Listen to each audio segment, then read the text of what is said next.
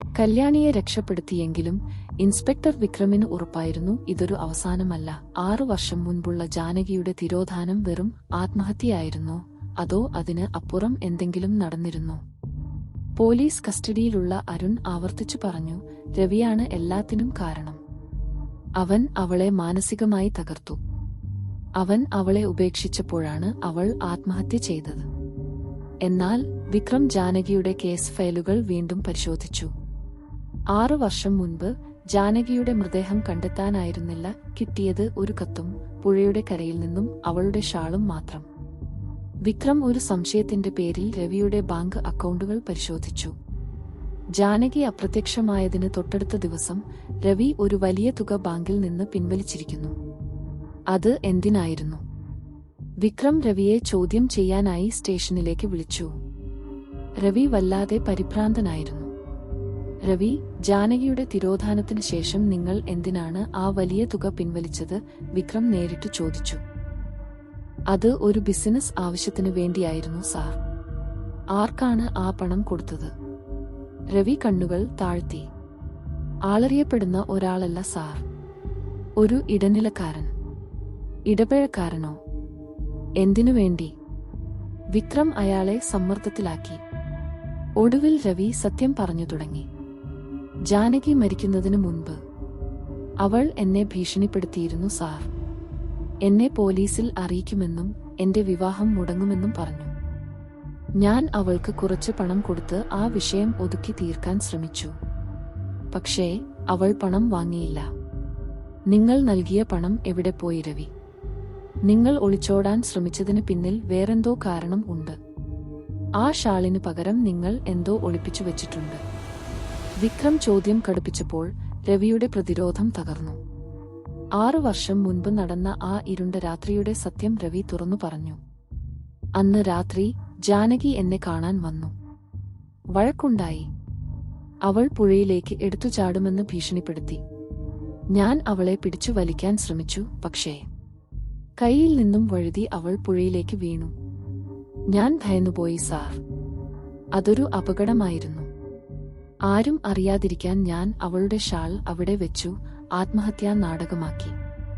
രവി കണ്ണുകൾ അടച്ചു കൈകൂപ്പി. ജാനകിയുടെ മരണം വെറുമൊരു ആത്മഹത്യയായിരുന്നില്ല, അബദ്ധത്തിൽ സംഭവിച്ച ഒരു കൊലപാതകമായിരുന്നു. രവിയുടെ അശ്രദ്ധയാണ് ജാനകിയുടെ ജീവൻ എടുത്തത്.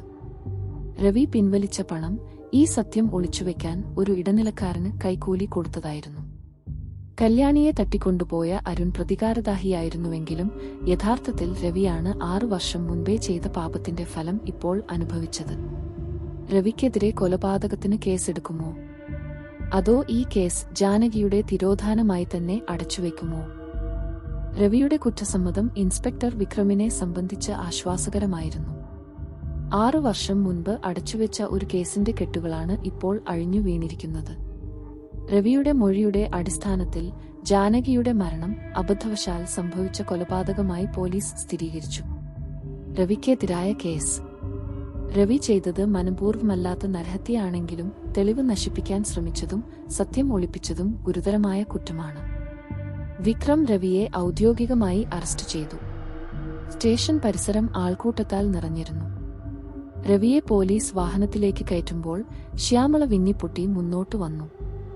രവിയേട്ടാ, നിങ്ങൾ എന്നോടും കല്യാണിയോടും ചെയ്തത്. ശ്യാമളയുടെ വാക്കുകൾ മുറിഞ്ഞുപോയി.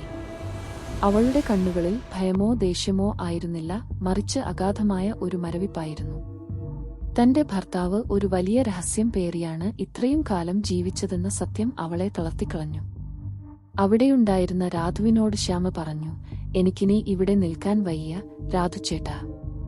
ഈ വീട്, ഈ നാട് എന്നെ വീർപ്പുമുട്ടിക്കുന്നു. കുടുംബ ബന്ധങ്ങളുടെ തകർച്ച. പോലീസ് കസ്റ്റഡിയിലായിരുന്ന അരുൺ സമാധാനത്തിലായിരുന്നു. ജാനകിയുടെ മരണത്തിന് കാരണക്കാരനായ ആൾ നിയമത്തിനു മുന്നിൽ വന്നല്ലോ. എന്നാൽ കല്യാണി മാനസികമായി തകർന്നുപോയി. തന്നെ തട്ടിക്കൊണ്ടുപോയ അരുൺ പ്രതികാരദാഹിയാണെങ്കിലും അയാൾ ചെയ്ത് തന്റെ അച്ഛൻ ചെയ്ത പാപത്തിനു വേണ്ടിയായിരുന്നു എന്ന തിരിച്ചറിവ് ആ 16-കാരിക്ക് താങ്ങാനാവുന്നതിലും അപ്പുറമായിരുന്നു. അവൾ അമ്മയെ നോക്കി. അമ്മേ, അച്ഛൻ ഒരു കൊലപാതകിയായിരുന്നു. ശ്യാമള അവളെ കെട്ടിപ്പിടിച്ചു. ഇല്ല മോളെ, അച്ഛൻ തെറ്റിപ്പോയതാണ്. അച്ഛൻ ചെയ്ത തെറ്റ് നമ്മൾ തിരുത്തും. നമ്മൾ തനിച്ചല്ല. വിക്രമിന്റെ സംശയം. എല്ലാം അവസാനിച്ചു എന്ന് വിക്രം വിശ്വസിച്ചെങ്കിലും ഒരു ചെറിയ കാര്യം അയാളെ അലട്ടി. ജാനകിയുടെ മൃതദേഹം ഇതുവരെ കിട്ടിയിട്ടില്ല. രവിക്ക് പണം കൊടുത്ത ഇടനിലക്കാരൻ ആരായിരുന്നു? രവി പണം കൊടുത്തതായി പറഞ്ഞ വ്യക്തിയെ കണ്ടെത്താൻ വിക്രം ഒരു ശ്രമം നടത്തി. ആ ഇടനിലക്കാരനെ കണ്ടെത്തിയാൽ മാത്രമേ ഈ കേസിന്റെ എല്ലാ കണ്ണികളും കൂട്ടിയോജിപ്പിക്കാൻ കഴിയൂ. വിക്രമിന്റെ ടീം ആ ഇടനിലക്കാരനെ കണ്ടെത്തി. അയാൾ ഒരു സാധാരണക്കാരനായിരുന്നില്ല. അയാൾക്ക് രവിയുമായി മാത്രമല്ല, ഗോവിന്ദൻ മാഷിന്റെ കുടുംബവുമായി പോലും ബന്ധമുണ്ടായിരുന്നു. അയാൾ വിക്രമിനോട് ഒരു സത്യം വെളിപ്പെടുത്തി. സാർ, രവി തന്ന പണം ഞാൻ വാങ്ങി. പക്ഷേ ഞാൻ ആർക്കും കൈക്കൂലി കൊടുത്തില്ല. ജാനകിയുടെ മൃതദേഹം ഒളിപ്പിച്ചത് രവിയല്ല, അത് മറ്റൊരു വ്യക്തിയാണ്. രവി പേടിച്ച് ആ സത്യം മറച്ചുവെക്കാൻ ശ്രമിച്ചു. ആ വ്യക്തിയാകട്ടെ ജാനകിയുടെ തിരോധാനത്തെ സ്വന്തം കാര്യങ്ങൾക്കായി ഉപയോഗിച്ചു. ഇതോടെ കേസിന് പുതിയൊരു മാനം കൈവരുന്നു. രവി അപകടത്തിൽപ്പെടുത്തിയ ജാനകിയുടെ മൃതദേഹം ഒളിപ്പിച്ചത് ആരാണ്? ആ വ്യക്തിയാണ് ഈ സീരിയലിലെ യഥാർത്ഥ വില്ലൻ. ജാനകിയുടെ മൃതദേഹം ഒളിപ്പിച്ച ആ മറ്റേയാൾ ആരായിരിക്കും? ഈ കഥയുടെ യഥാർത്ഥ വില്ലനെ കണ്ടെത്താൻ വിക്രമിന് കഴിയുമോ? രവിയുടെ കുറ്റസമ്മതത്തിന് ശേഷം കേസ് പുതിയ ദിശയിലേക്ക് തിരിഞ്ഞു. ഇൻസ്പെക്ടർ വിക്രം ഉടൻ തന്നെ രഹസ്യങ്ങൾ കൈവശമുണ്ടായിരുന്ന ഇടനിലക്കാരനെ ബാലനെ കൂടുതൽ ചോദ്യം ചെയ്തു. ആരാണ് ബാല, ജാനകിയുടെ മൃതദേഹം ഒളിപ്പിച്ച ആ വ്യക്തി? രവി നിങ്ങളെന്തിന് പണം തന്നു? വിക്രം തീക്ഷ്ണമായി ചോദിച്ചു. ബാലൻ ഭയം മറച്ചുവെച്ച് പറഞ്ഞു, രവി എനിക്ക് പണം തന്നത് അയാൾക്ക് അറിയാമായിരുന്ന സത്യം പുറത്തു പറയാതിരിക്കാനാണ് സാർ. ജാനകി പുഴയിൽ വീണപ്പോൾ മരിച്ചിരുന്നില്ല, അവൾക്ക് ബോധം നഷ്ടപ്പെട്ടിരുന്നു. രവി ഭയന്ന് ഓടിപ്പോയ ഉടൻ ഞാനവിടെ എത്തി.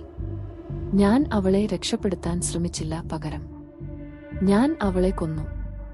വിക്രം ഞെട്ടിത്തെറിച്ചു. എന്തിനാണ് ബാല നിങ്ങൾ ആ കുട്ടിയെ കൊന്നത്?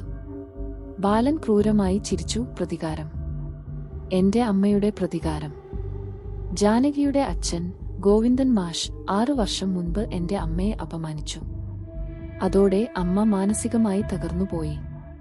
ആ കുടുംബം തകരുമ്പോൾ എനിക്കൊരു പ്രത്യേക സന്തോഷം തോന്നി. ഒരു പ്രതികാരം എനിക്ക് പൂർത്തിയാക്കണമായിരുന്നു. അതായത് ജാനകിയുടെ മരണം യാദൃച്ഛികമായിട്ടായിരുന്നില്ല, അത് ഒരു ആസൂത്രിത കൊലപാതകമായിരുന്നു. രവിയുടെ ഭീഷണിയെ ബാലൻ തനിക്കുള്ള അവസരമാക്കി മാറ്റുകയായിരുന്നു. നിങ്ങൾ മൃതദേഹം എവിടെയാണ് ഒളിപ്പിച്ചത്? പള്ളിപ്പറമ്പിനടുത്തുള്ള ചാപ്പലിന്റെ അടിയിൽ സാർ. ആരും ശ്രദ്ധിക്കാത്ത ഒരിടത്ത്. ബാലന്റെ മൊഴിയുടെ അടിസ്ഥാനത്തിൽ വിക്രം അവിടെ പരിശോധന നടത്തി. ചാപ്പലിന്റെ തറ മാന്തിയെടുത്തപ്പോൾ അഴുകിയ നിലയിൽ ജാനകിയുടെ മൃതദേഹം കണ്ടെത്തി. ജാനകിയുടെ കേസ് അതോടെ കൊലപാതകമായി മാറി. ഞെട്ടിക്കുന്ന മറ്റൊരു സത്യം. ബാലനെ അറസ്റ്റ് ചെയ്തു കൊണ്ടുപോകുമ്പോൾ വിക്രം ശ്രദ്ധിച്ചു, ബാലന്റെ പോക്കറ്റിൽ നിന്നും ഒരു പഴയ ഫോട്ടോ താഴെ വീണു. അതൊരു ഗ്രൂപ്പ് ഫോട്ടോ ആയിരുന്നു. ഗോവിന്ദൻ മാഷിന്റെ സ്കൂളിലെ പഴയ അധ്യാപകരും വിദ്യാർത്ഥികളും ഒരുമിച്ച് നിൽക്കുന്ന ചിത്രം. ആ ചിത്രത്തിൽ ഗോവിന്ദൻ മാഷിന് തൊട്ടടുത്ത് ശ്യാമള പുഞ്ചിരിച്ചു നിൽക്കുന്നു. വിക്രമിന്റെ മനസ്സിൽ ഒരു മിന്നൽപ്പിണർ പോലെ ഒരു ചിന്ത കടന്നുപോയി. ബാലൻ ഗോവിന്ദൻ മാഷിനെ പ്രതികാരത്തിനായി തിരഞ്ഞെടുത്തു. എന്നാൽ ഗോവിന്ദൻ മാഷ് ചെയ്ത തെറ്റിന് ബാലന്റെ അമ്മയ്ക്ക് പ്രതികാരം ചെയ്യണമെങ്കിൽ ബാലന്റെ അമ്മയ്ക്ക് ഗോവിന്ദൻ മാഷിനെ അറിയണം. ഗോവിന്ദൻ മാഷിനെ അറിയാവുന്ന ബാലന്റെ അമ്മ, ബാലന്റെ അമ്മയെ അറിയാവുന്ന ശ്യാമ. വിക്രം നേരെ ശ്യാമളയുടെ വീട്ടിലേക്ക് തിരിച്ചു. എല്ലാം നഷ്ടപ്പെട്ട് മരവിച്ച മനസ്സുമായി ഇരിക്കുന്ന ശ്യാമളയെ അദ്ദേഹം ചോദ്യം ചെയ്തു. ശ്യാമളയെ, ബാലന്റെ അമ്മയെ നിങ്ങൾക്ക് അറിയാമോ? ശ്യാമളയുടെ മുഖത്ത് ഭയം വീണ്ടും തളം കെട്ടി. അവൾ പതിയെ തലയാട്ടി. അറിയാം സാർ. അവർ എന്റെ അമ്മൂമ്മയുടെ സഹോദരിയുടെ മകളാണ്. ഞാനും ബാലനും ഒരുമിച്ചാണ് പഠിച്ചത്. അവസാന കണ്ണി ഇവിടെയാണ്. ബാലൻ ശ്യാമളയുടെ ഒരു ബന്ധുവാണ്. അവൻ ശ്യാമളയുടെയും രവിയുടെയും എല്ലാ വിവരങ്ങളും കൃത്യമായി അറിയാമായിരുന്നു. അവൻ കല്യാണിയെ തട്ടിക്കൊണ്ടുപോയതും ആ പ്രതികാരം രവിയിലേക്ക് തിരിച്ചുവിട്ടതും ശ്യാമളയുടെ ജീവിതം തകർക്കാനോ അതോ വേറെന്തെങ്കിലും ലക്ഷ്യം ഉണ്ടായിട്ടോ? ബാലൻ പ്രതികാരം ചെയ്തത് ഗോവിന്ദൻ മാഷിനോടല്ല, ശ്യാമളയുടെ കുടുംബത്തോടായിരുന്നുവോ? ശ്യാമളയുടെ കുടുംബത്തോട് ബാലൻ എന്തിനായിരുന്നു പ്രതികാരം? ജാനകിയുടെ കൊലപാതകവും കല്യാണിയുടെ തിരോധാനവും ബാലൻ നടത്തിയത് ശ്യാമളയെ വേദനിപ്പിക്കാൻ മാത്രമായിരുന്നു. ബാലന്റെ അറസ്റ്റിന് ശേഷം ഇൻസ്പെക്ടർ വിക്രം ബാലന്റെ മൊഴിയും ശ്യാമളയുടെ വിവരങ്ങളും ഒത്തുനോക്കി. ബാലൻ ഗോവിന്ദൻ മാഷിനോടുള്ള പ്രതികാരം മറയാക്കി ശ്യാമളയുടെ കുടുംബത്തെ ലക്ഷ്യം വെച്ചതാണ്. എന്നാൽ ശ്യാമളയും ബാലനും തമ്മിൽ എന്താണ് സംഭവിച്ചത്? വിക്രം വീണ്ടും ശ്യാമളയെ ചോദ്യം ചെയ്യാൻ തീരുമാനിച്ചു. ശ്യാമളയെ, ബാലൻ നിങ്ങളുടെ ബന്ധുവാണ്. അവൻ എന്തിനാണ് നിങ്ങളുടെ കുടുംബത്തെ മാത്രം തിരഞ്ഞുപിടിച്ച് ഉപദ്രവിച്ചത്? അവൻ പറഞ്ഞ ഗോവിന്ദൻ മാഷോടുള്ള പ്രതികാരം അവന്റെ ലക്ഷ്യമായിരുന്നില്ല. നിങ്ങളോടോ അതോ രവിയോടോ അവൻ വ്യക്തിപരമായ വൈരാഗ്യം ഉണ്ടായിരുന്നോ? വിക്രം ചോദിച്ചു. ശ്യാമള തളർന്നുപോയിരുന്നു. അവൾ പതിയെ തലയുയർത്തി, കണ്ണുകൾ നിറഞ്ഞു ഒഴുകി. ഞാനാണ് സാർ എല്ലാത്തിനും കാരണം. ഇത് എന്റെ മാത്രം പാപമാണ്. വർഷങ്ങൾ പഴക്കമുള്ള ഒരു രഹസ്യം അവൾ തുറന്നു പറഞ്ഞു. ഞാനും ബാലനും സ്കൂളിൽ ഒരുമിച്ചു പഠിക്കുമ്പോൾ ഞങ്ങൾ അടുപ്പത്തിലായിരുന്നു. ബാലൻ എന്നെ ആത്മാർത്ഥമായി സ്നേഹിച്ചിരുന്നു.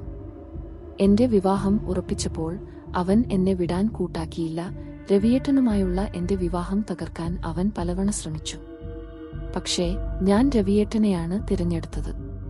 എന്നെ ഉപേക്ഷിച്ചതിന്റെ ദേഷ്യം അവന് അന്നുമുണ്ടായിരുന്നു.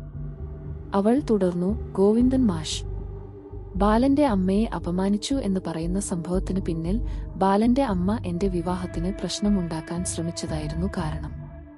അന്ന് ആ പ്രശ്നം ഒതുക്കി തീർക്കാൻ രവിയേട്ടനും ഗോവിന്ദൻ മാഷും ഒരുമിച്ച് ശ്രമിച്ചിരുന്നു. അതിന്റെ വൈരാഗ്യം ബാലൻ മനസ്സിൽ സൂക്ഷിച്ചു. അതായത് ഒഴിവാക്കപ്പെട്ട കാമുകന്റെ പ്രതികാരമായിരുന്നു ഈ കൊടുംക്രൂരതകൾക്ക് പിന്നിൽ. ബാലന്റെ യഥാർത്ഥ ലക്ഷ്യം രവിയെ നശിപ്പിക്കുക എന്നതിലുപരി ശ്യാമളയെയും അവളുടെ സന്തോഷത്തെയും തകർക്കുക എന്നതായിരുന്നു. അതുകൊണ്ട് അവൻ ഗോവിന്ദൻ മാഷിന്റെ മകളെ കൊന്നു. ആ ഭയം രവിയെ പിന്തുടരുമെന്ന് അവനറിയാമായിരുന്നു. എന്നിട്ട് അവസാനം എന്റെ മകൾ കല്യാണിയെ തട്ടിക്കൊണ്ടുപോയി എന്റെ ജീവിതം പൂർണ്ണമായും ഇല്ലാതാക്കാൻ ശ്രമിച്ചു. ശ്യാമൾ പൊട്ടിക്കരഞ്ഞു. വിക്രമിന് എല്ലാം വ്യക്തമായി. ബാലൻ ശ്യാമളയോടുള്ള വൈരാഗ്യം തീർക്കാൻ രവിയുടെയും ജാനകിയുടെയും ബന്ധം ഒരു ആയുധമാക്കുകയായിരുന്നു. അവൻ വളരെ തണുപ്പൻ മനസ്സോടെയാണ് ഈ പ്രതികാര നാടകം ആസൂത്രണം ചെയ്തത്. നിയമത്തിന്റെ അവസാന വിധി. ബാലനെതിരെ ജാനകിയുടെ കൊലപാതകത്തിന് കേസെടുത്തു. രവിക്കെതിരെ മനഃപൂർവ്വമല്ലാത്ത നരഹത്യക്കും തെളിവ് നശിപ്പിക്കാനും കേസ് നിലനിർത്തി. കല്യാണി സുരക്ഷിതയായി വീട്ടിലെത്തി. എങ്കിലും ആ വീടിന്റെ ഭിത്തികളിൽ ഭയത്തിന്റെയും കുറ്റബോധത്തിന്റെയും ഒരു മരവിപ്പ് ബാക്കി നിന്നു. ശ്യാമളയ്ക്ക് തന്റെ പഴയ തെറ്റ് തിരുത്താനായില്ല. രവിക്ക് തന്റെ പാപത്തിൽ നിന്നും രക്ഷപ്പെടാനായില്ല. അവരുടെ കുടുംബബന്ധം എന്നേക്കുമായി തകർന്നിരുന്നു.